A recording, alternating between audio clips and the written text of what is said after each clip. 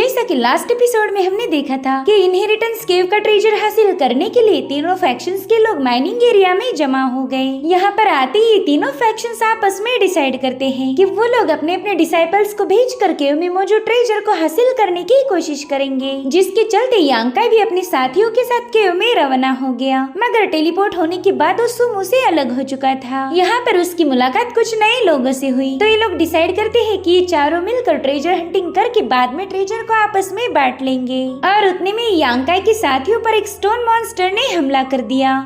अब आगे तो इस एपिसोड की शुरुआत उसी सीन से होती है जहाँ पर यांकाई ने स्टोन मॉन्स्टर पर यांग फायर से हमला करके अपनी टीम को बचा लिया था।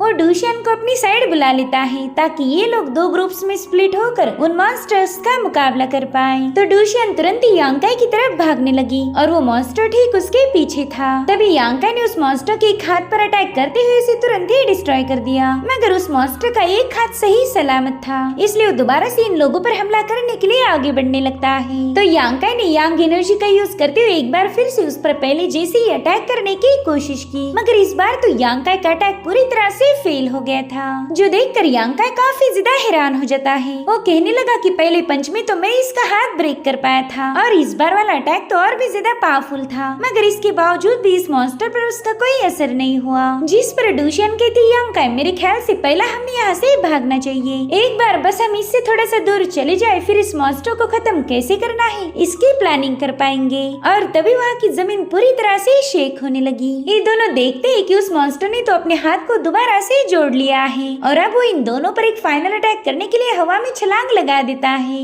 लेकिन ये लोग समय रहते पीछे हट गए, जिसके चलते उस मॉन्स्टर का अटैक फेल हो गया और अब तो मॉन्स्टर इन लोगों पर और ज्यादा भड़क गया था। वो जल्दी से डूशियन के पास जाकर उस पे पंच हिट करने की कोशिश करता है, मगर डूशियन उसे डॉज करते हुए तुरंत ही पीछे हट गई। हालांकि उस मॉन्स्टर की एनर्जी भी इन लोगों के लिए काफी ज्यादा स्ट्रॉन्ग थी। तब तक यांकाई उसके पास आ जाता है। उसने उस मॉन्स्टर पर हमला करने की नाकाम कोशिश की, लेकिन वो मॉन्स्टर तो ऑलरेडी इसके लिए तैयार था। वो जल्दी से यांकाई को क्रश करने की कोशिश करता है, तो यांकाई ने सीधे डूशियन का हाथ पकड़कर वहाँ से भागना शुरू कर दिया। अब ये लोग एक चट्टान के पीछे जाकर छुप गए थे और वहीं पर वो मॉन्स्टर भी समझ गया कि ये लोग यही कहीं आसपास छुपे होंगे, तो उसने वहाँ मौजूद चट्टानों पर हमले करना शुरू कर दिए। इधर डूशियन यांकाई को बता रही थी कि मैंने उस मॉन्स्टर को गौर से देखा था, उसकी बॉडी पर यिन और यांग के बने हुए मार्क्स हैं। मेरे ख्याल से उस मॉन्स्टर की बॉडी पर किसी स्पेशल चीज की तरफ इशारा करते हैं। जिस पर यांकाई कहने लगा, हाँ बिल्कुल, तुम एकदम सही बोल रही हो, मेरे ख्याल से इसे यिन और यांग क्लैश कहा जाता है। अगर यिन और यांग आपस में मिल जाए तो वो सब कुछ डिस्ट्रॉय कर सकते हैं और इस मॉन्स्टर की बॉडी की आधी साइड में यिन है और आधी में है यांग। अगर मैं यांग फायर का यूज करके उसकी यिन पावर वाली साइड पर हमला कर दूं तो शायद हमें इससे कुछ बेहतरीन नतीजा मिल सकता है। जिसके बाद डूशियन का हाथ थामते हुए उससे कहने लगा कि प्लीज मुझे गलत मत समझो, मगर अब हमें एक साथ मिलकर उस पर हमला करना होगा।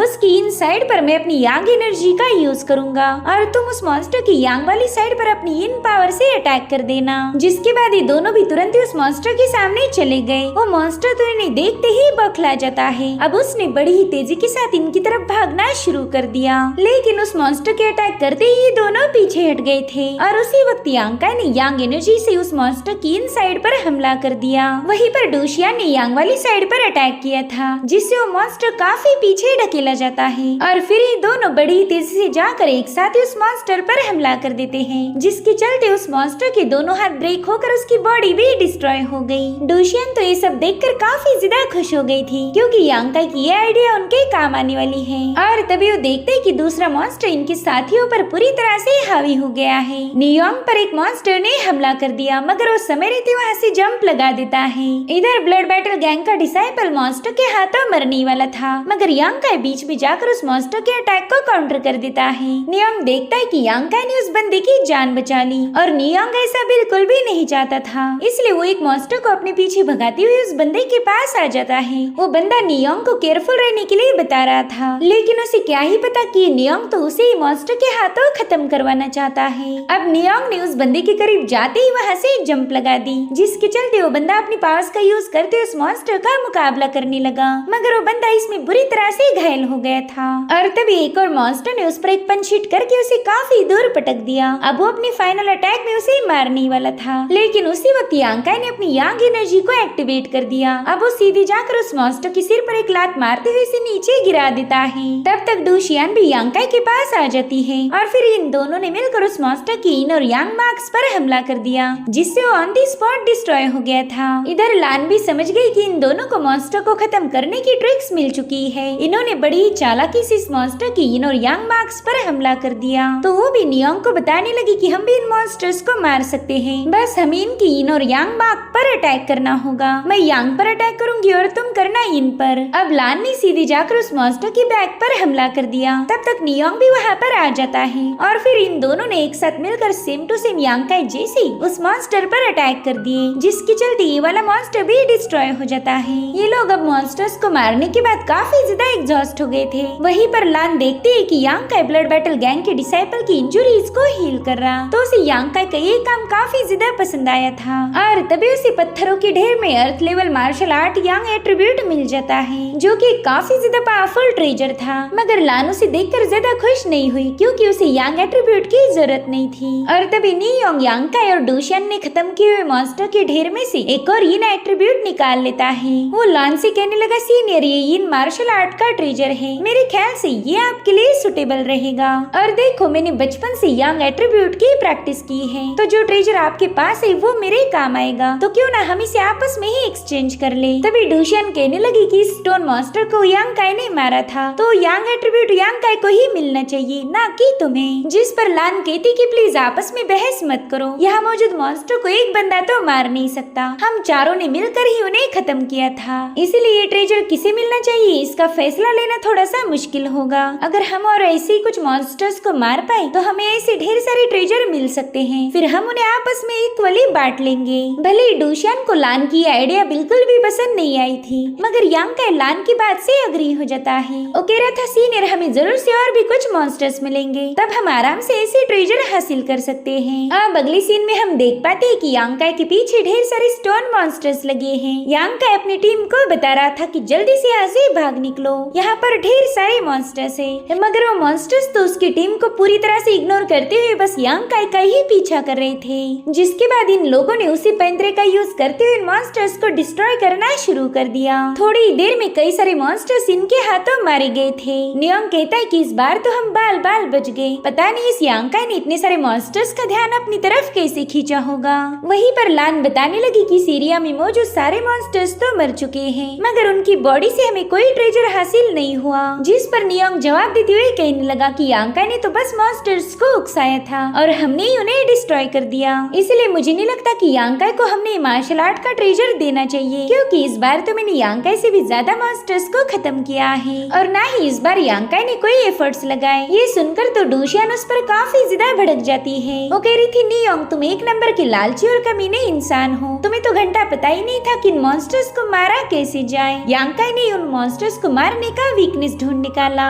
इसलिए देखा जाए तो तुम्हारा इन ट्रेजर्स पर कोई हक नहीं। नियोंग तो उसका गुस्सा देखकर थोड़ा सा डर गया था। वो कहता है, देखो मुझे तुम्हारे साथ कोई लड़ाई नहीं करनी और ना ही मैं इन यांग एट्रीब्यूट्स को खोना चाहता हूँ, तो क्यों ना मैं यांकाई को इस ट्रेजर के बदले थोड़ा सा सिल्वर दे दूं, इस तरह से हम दोनों का भी फायदा हो जाएगा। यांकाई समझ गया था कि ये बंदा बहुत ही ज्यादा शातिर है, मगर वो बस खामोशी से उसकी बातें सुन रहा था। तभी डूशियन कहती है कि अर्थ लेवल की मार्शल आर्ट काफी ज्यादा रेयर है, तो तुम सिर्फ सिल्वर देकर उसे खरीद नहीं सकते। वहीं पर लान बस इनके झगड़े ही छुड़ाना चाहती थी, इसलिए वो इन सबको बता रही थी कि इनहेरिटेंस केव काफी ज्यादा अजीब है, यहाँ पर आने के बाद लोगों की फितरत बदल जाती है, तो प्लीज डूशियन यहाँ की मैजिकल पावर को खुद पर हावी मत होने दो। मैं जानती हूँ कि तुम काफी ज्यादा शांत नेचर की लड़की हो, इसीलिए बस मार्शल आर्ट के सेट के लिए आपस में झगड़े करना सही नहीं रहेगा। साथ ही साथ वो यांकाई को प्रॉमिस करती है कि अगर अब उन्हें कोई भी मार्शल आर्ट का ट्रेजर मिला तो यांकाई को ही दिया जाएगा, और अगर उन्हें ऐसा कोई ट्रेजर नहीं मिला तो सेट में वापस जाने के बाद यांकाई को किसी स्पेशल ट्रेजर से कंपेंसेट करेगी, जो कि अर्थ लेवल की मार्शल आर्ट जैसा ही पावरफुल होगा। तो यांकाई भी इसके लिए राजी हो जाता है। साथ ही साथ वो डूशियन को भी समझाने लगा कि तुम बिल्कुल टेंशन मत लो, मुझे सीनियर लान पर भरोसा है। जिसके बाद लान कहने लगी, चलो अब हमने ट्रेजर की तलाश शुरू शुरू कर देनी चाहिए। तुम लोग मेरे पीछे आ जाना।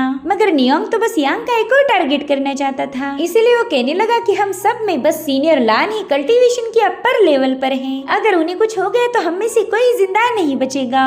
इसीलिए मैं चाहता हूँ कि यांग काई हमारा रास्ता लीड करे। अगर सामने कोई खतरा रहा भी तो हम उस खतरे से निपट सकते हैं। उसकी बातें सुनकर तो डूशियन का गुस्सा सीधे 7वें आसमान पर पहुंच गया। वो कह रही थी कि तुम जानबूझकर यांग काई को आगे कर रहे हो, क्योंकि वो सबसे मुश्किल काम है। लेकिन मैं उसकी जान को खतरे में नहीं डाल सकती, इसलिए मैं खुद ही रास्ता लीड करूंगी। तो यांग काई उससे कहते, डूशियन मैं जानता हूँ तुम्हें मेरी फिक्र हो रही, मगर तुम बिल्कुल टेंशन मत लो। मुझे मारना इतना आसान काम तो नहीं होगा, और हाँ मैं खुद ही रास्ते को लीड करना चाहता हूँ। तुम सभी लोग मेरे पीछे आ जाना। जिसके बाद यांग काई ने अपनी यांग लिक्विड ड्रॉप को समन कर लिया। अगर रास्ते में कभी उस पर स्नेक अटैक भी हो गया तो इस लिक्विड के ड्रॉप की मदद से खुद को बचा सकता था। अभी सभी लोग एक खतरनाक माउंटेन पर पहुंच गए, जिसे काफी केयरफुली क्लाइम करना था। तो यांग काई एकदम धीरे से आगे बढ़ते हुए सोचने लगा कि सीनियर लान तो एक ऑनेस्ट बंदी निकली। पहले तो मुझे लगा था कि ये भी दूसरों को बुली करती होगी, मगर इसका रवैया तो काफी ज्यादा पॉजिटिव था। अब ये लोग एक बड़ी सी डोर के पास आ जाते हैं। उस दरवाजे के पीछे क्या होगा ये जानने के लिए सभी लोग काफी ज्यादा क्यूरियस हो गए। तो यांग काई ने सीधे आगे जाते हुए उस डोर को ओपन कर दिया।